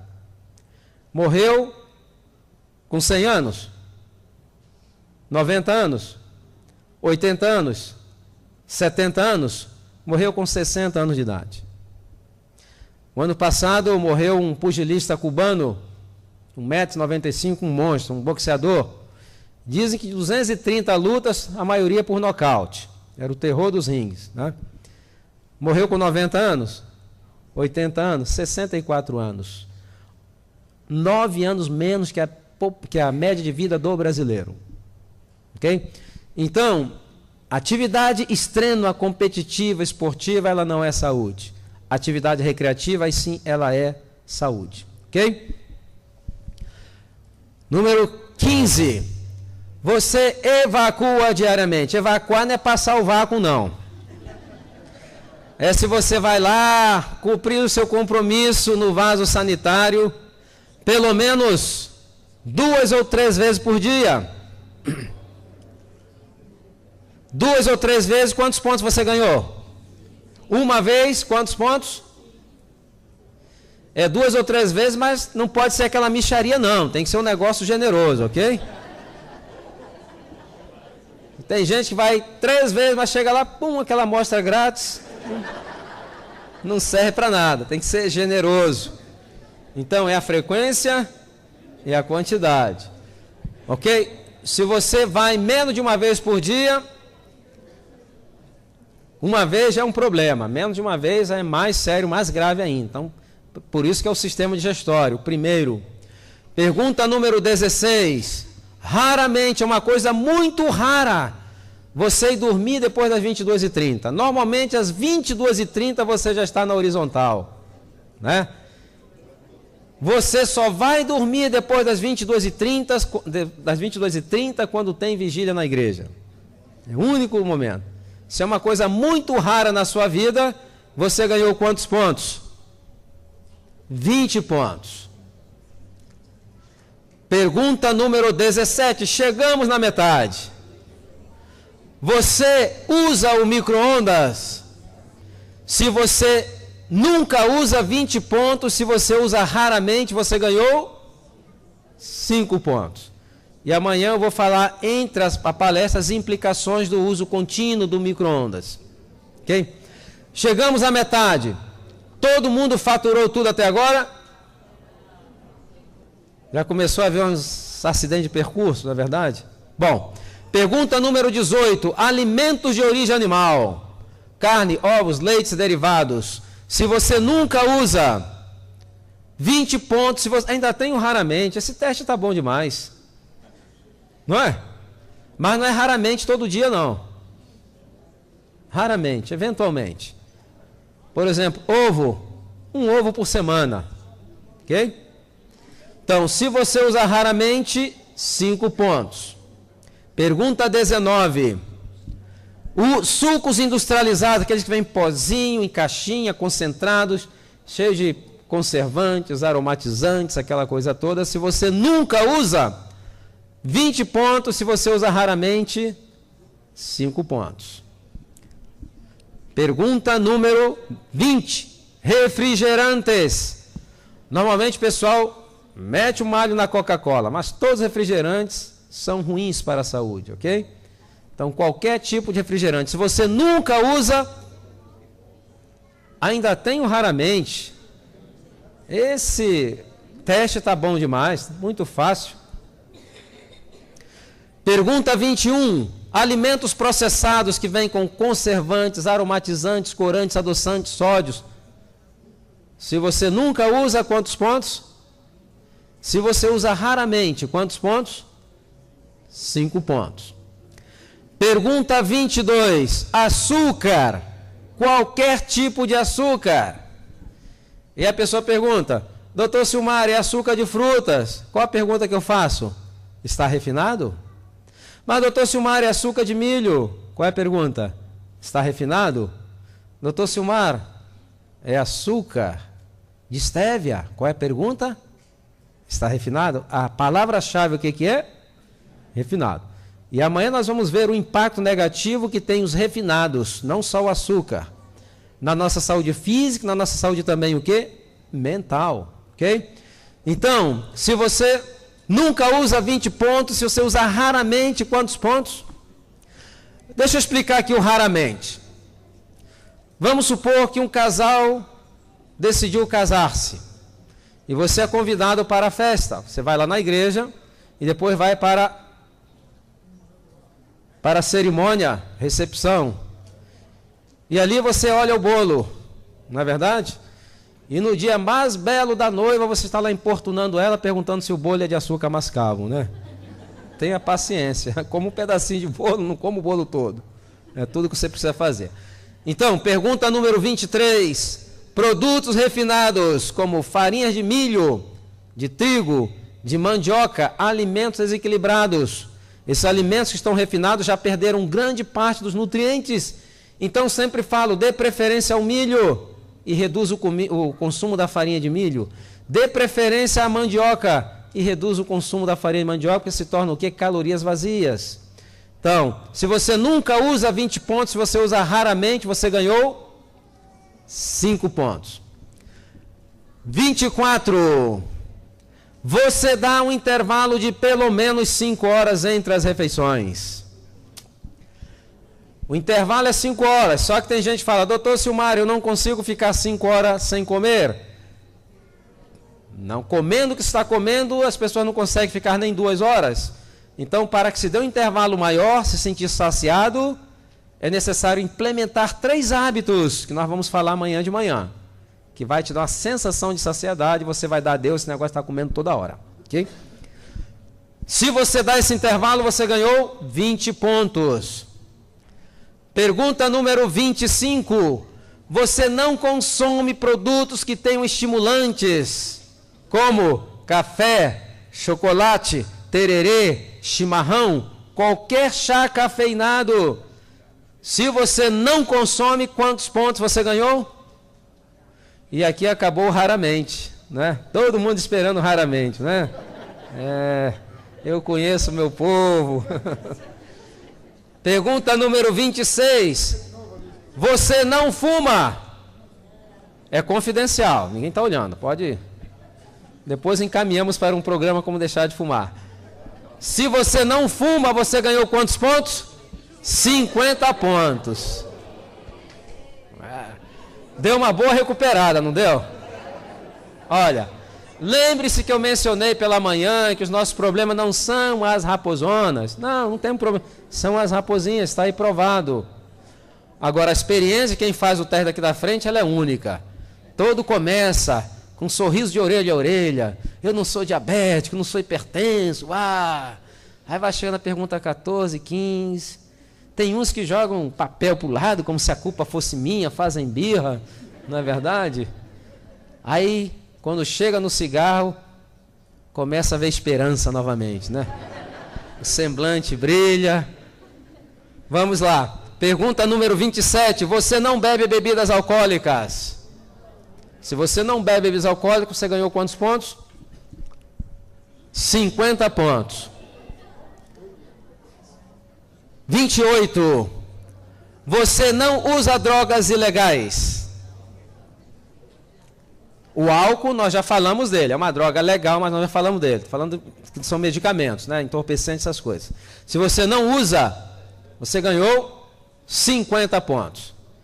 Deu uma boa ajustada, não deu? Porque salvo adventista, esses 3 maiores fatores de riscos aí para a saúde, né? Pergunta número 29.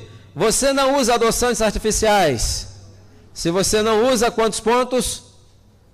20 pontos. Não, stevia é natural, mas é refinado. A stevia infusão, ela não é refinada. Entendeu? Pergunta número 30. Você não toma líquido... Deixa eu esclarecer aqui. Na realidade, ali deveria ser água. Por exemplo, se eu pela manhã for tomar meu desejum, eu pego lá o meu pão integral, coloco lá uma pasta de amendoim, não é? E aí eu pego um copo de 150 ml de suco de fruta doce, temperatura ambiente, faz mal ou não faz mal? Faz? Bom, quantos acham que faz mal? Quantos acham que não faz mal? Uma grande maioria não acha nada, não é? Não acha coisa nenhuma. Bom, então na realidade não faz mal. Por quê? Agora, se você tomar meio copo de 150 ml de água, faz mal ou não faz mal? Faz mal. E a diferença é a seguinte: a água, quando você coloca na boca, por retroalimentação, o cérebro interpreta como se fosse já enzima digestiva e acaba reduzindo a liberação de enzimas. Então aquilo que você comeu já vai descer só com água praticamente. Entretanto, o suco não tem esse efeito. Por quê? Porque ele possui açúcares simples que tem que ser desdobrado, então não tem esse efeito de inibir a produção. Essa é a diferença. Deu para entender?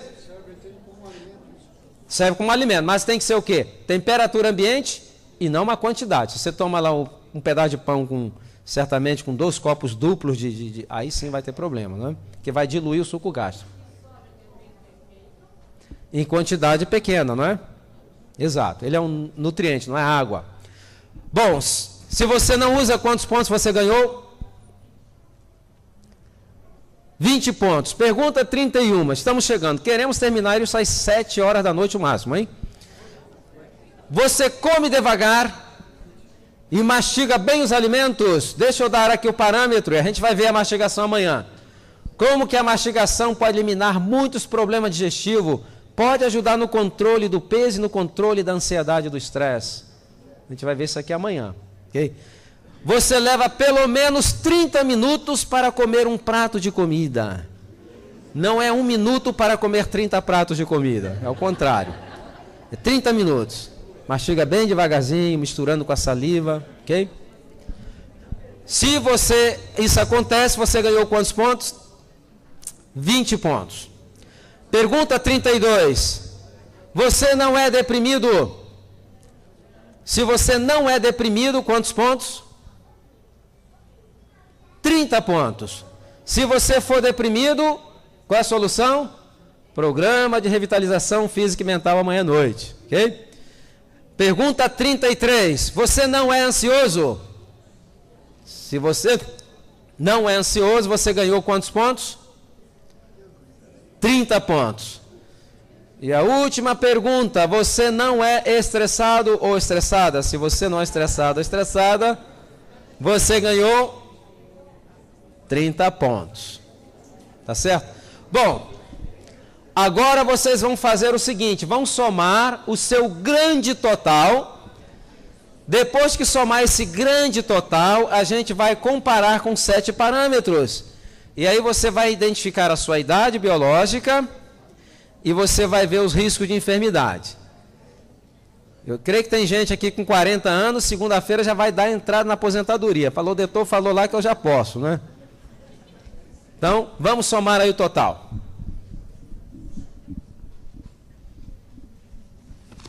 Então, vamos lá os parâmetros. Então, é o seguinte, aqui nós vamos ter 3 colunas. Aqui a primeira coluna é a soma dos pontos. Então, vai dar de tanto a tantos pontos. Você vai ter que identificar a sua pontuação aqui nessa coluna. Ok? A segunda coluna vai ser o risco de enfermidade. Desde risco iminente, grave, sério, até risco insignificante. E aqui vai ser a idade que você multiplica por um determinado fator. Ok?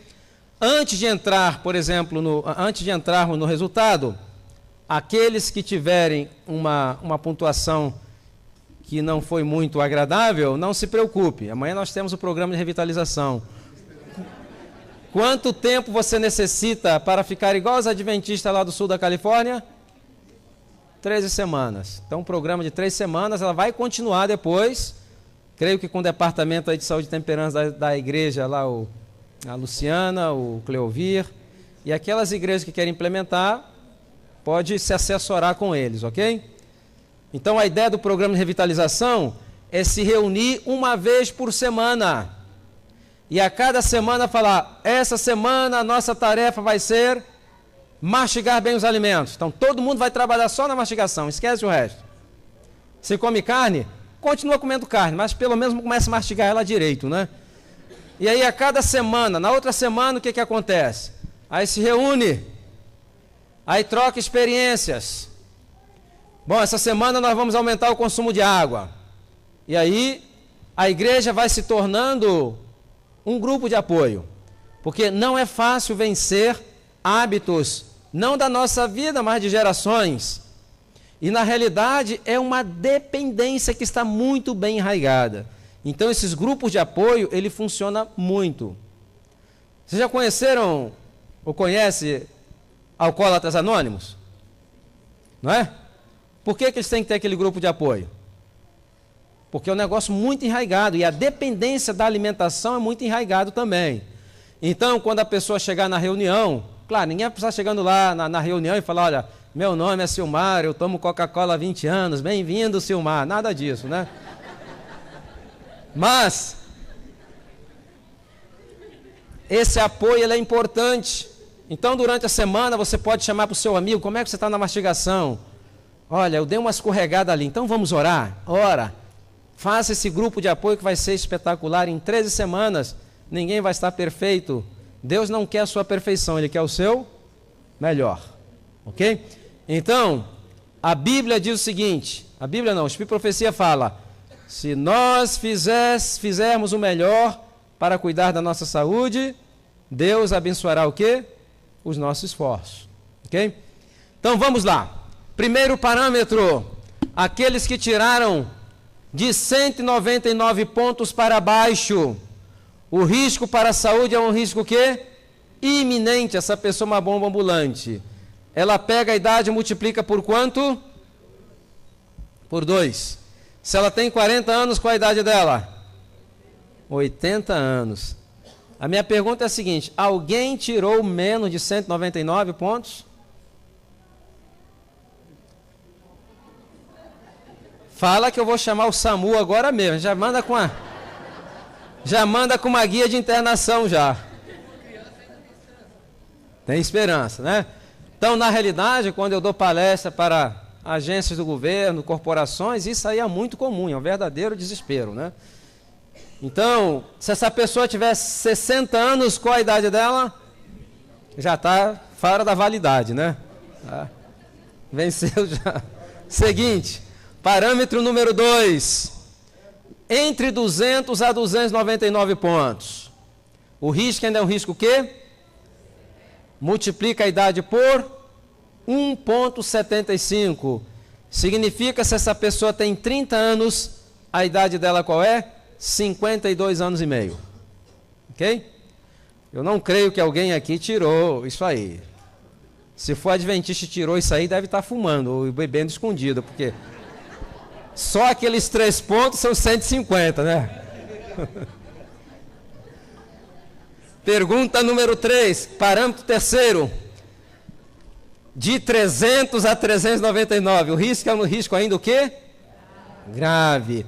Aí pega a idade e multiplica por 1,5. Se ela tem 30 anos, qual a idade dela? 45. Se ela tem 40 anos, qual a idade dela? 60 anos. Ok? Muito bom. Parâmetro número 4. Entre 400 e 499 pontos. O risco para a saúde ainda é um risco o quê? Sério. Pega a idade e multiplica por 1,25. Se ela tem 40 anos, qual a idade dela? 50 anos. Porque ela tem 10 anos a partir daí, a mais. Eu nunca pedi para ver, né? Mas normalmente, eu creio que a grande massa de adventistas no Brasil está metido aí, a gente tem que tirá-la daí imediatamente, ok? Bom, quinto parâmetro, de 500 a 599 pontos, o risco é um risco o quê? Pega a idade e multiplica por 1. Se ela tem 40 anos, qual a idade dela? Se ela tem 30, qual a idade dela? Essa pessoa, ela não é uma perdulária, mas também não é um bom investidor. Está administrando mais ou menos ali, literalmente empurrando com a barriga, né? Literalmente. Bom, agora é o seguinte, presta atenção. Agora são os parâmetros que eu quero ver vocês depois do programa de 13 semanas. Que é o parâmetro número 6, de 600 a 699 pontos, o risco é um risco o quê? Ela pega a idade e multiplica por 0,8. Se ela tem 50 anos, qual a idade dela? 40 anos. Se ela tem 60 anos, qual a idade dela? 48 anos. Se ela tem 100 anos, qual a idade dela? Imaginou? 100 anos, mas com um corpinho de 80? Que coisa linda, não é verdade? Bom, vamos agora ao pelotão de elite. Pelotão de elite.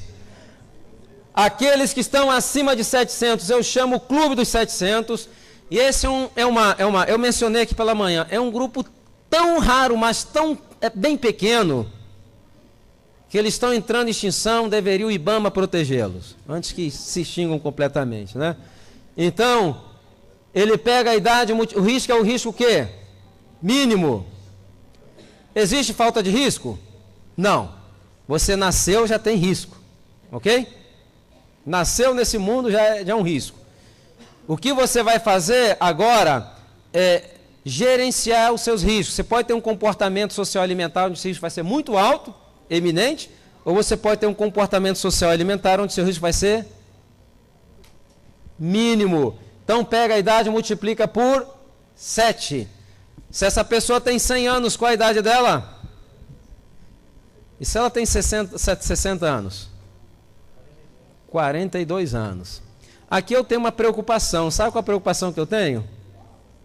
Com casais. Às vezes a mulher está com 42 e ele está com 80. É um julgo desigual, não é verdade?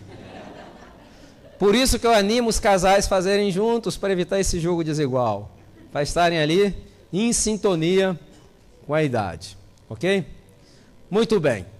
Então amanhã nós vamos começar a trabalhar em cada um dos aspectos desse teste. Quero perguntar, bom, existe alguém tirou aqui mais de 600 pontos? Levante a mão. Uma saudação JA para esse remanescente aí. Ok? Alguém tirou mais de 700? Era pedir demais, né? Temos um ali, olha só. É mesmo? Vem cá dar uma palestra para mim, vem. Eu preciso. Então, a saudação JA para ele. Muito bem. Ok? Nem tudo está perdido. Ainda há esperança. Muito bem. Bom. Então, amanhã vamos estar aqui às 8h30 da manhã. Aí afora, ao lado de fora, vocês vão encontrar o livro Saúde e Longevidade em 12 Passos. Nesse livro tem o teste. No teste tem as respostas.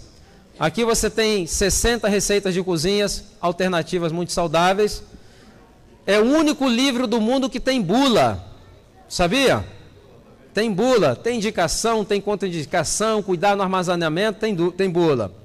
Aqui tem princípios bíblicos de saúde pública, tem aquilo que a ciência comprovou, que foi revelado pelo Espírito de Profecia, mais de 200 páginas, com mais de 100 referências científicas, ok? Está no livro.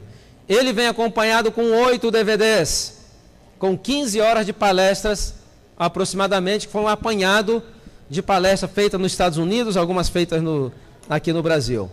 Então está aí afora à disposição. Quanto custa o material? Material, vou dar uma de colportor, é mais barato do que uma úlcera, não é assim que se fala? deixa eu esclarecer uma coisa. Graças a Deus, nós não dependemos disso para viver. Entretanto, estamos com um projeto para o ano que vem de produzir um material onde será utilizado em 8 associações, pequenos grupos de saúde. Então, temos que produzir 2.000 manuais, 2.000 livros de textos, um jogo de 12.000 lições e um jogo de 13 lições em DVDs para ser utilizado nesses pequenos grupos. A associação dá um apoio muito grande, mas o apoio unicamente moral, que já é uma grande coisa, né? Então, é desse material, nós esperamos gastar até o ano que vem pelo menos R$150 mil, é desse material que nós queremos recursos para poder colocar esse projeto avante, tá certo? Então, adquira, comece a ser uma referência na área onde você vive, espalhe essa mensagem. Muito bem, antes de terminarmos, gostaria de despedirmos aqui, despedir vocês com salmos. E é o salmo mais lido da Bíblia, mesmo pelos não evangélicos. Que salmo é esse? Não. 91. Você chega na casa de uma pessoa que não é evangélica, às vezes a Bíblia está aberta aonde? Para quê? Para espantar as más fluídos, não é? Então, Salmo 91. Não vamos ler todo o salmo, vamos ler apenas alguns versículos e eu vou reparafrasear. Vamos começar pelo versículo 9. Porque você disse, o Senhor é o meu refúgio, e você fez do Altíssimo a tua morada. O que ocorrerá? O que ocorrerá como consequência disso é que nenhum mal te sucederá e praga alguma chegará à tua casa. Por quê? Versículo 14 responde, porque a Deus você se apegou com amor, por isso ele vai livrá-lo e vai pô-lo a salvo, porque você conhece o nome dele. Versículo 15, quando você o invocar, ele vai lhe responder. Na sua angústia ele estará contigo, vai livrá-lo e vai glorificá-lo. Versículo 16, ele vai saciá-lo com o quê? Com a longevidade e vai lhe mostrar a salvação. Muito bem, que Deus abençoe abundantemente, esperamos todos aqui amanhã, às 8h30, amanhã é que o negócio vai ficar bom, ok? E amanhã à noite também. Então quero convidar a todos que se coloquem de pé, quero perguntar ao pastor Edson se há algum anúncio, alguma coisa, está tudo certo? Então eu vou fazer uma oração, depois vou estar aí a saúde para cumprimentar a vocês, ok? Pai nosso que estás nos céus, te agradecemos uma vez mais pela tua infinita misericórdia, pelo privilégio de estarmos aqui aprendendo como cuidar desse corpo que é o templo do seu Santo Espírito. Ajude-nos, Senhor, nas nossas debilidades. Queremos te agradecer também pelo sábado que passamos na tua companhia e te suplicar que continue conosco durante essa semana que se inicia, abençoando a cada líder dessa igreja, a cada membro, a cada criança e também a todas as visitas que porventura estejam em nosso meio. Perdoa os nossos pecados, guia nos nossos destinos na sua santa paz. Te suplicamos em nome de Jesus. Amém. Uma boa semana para todos.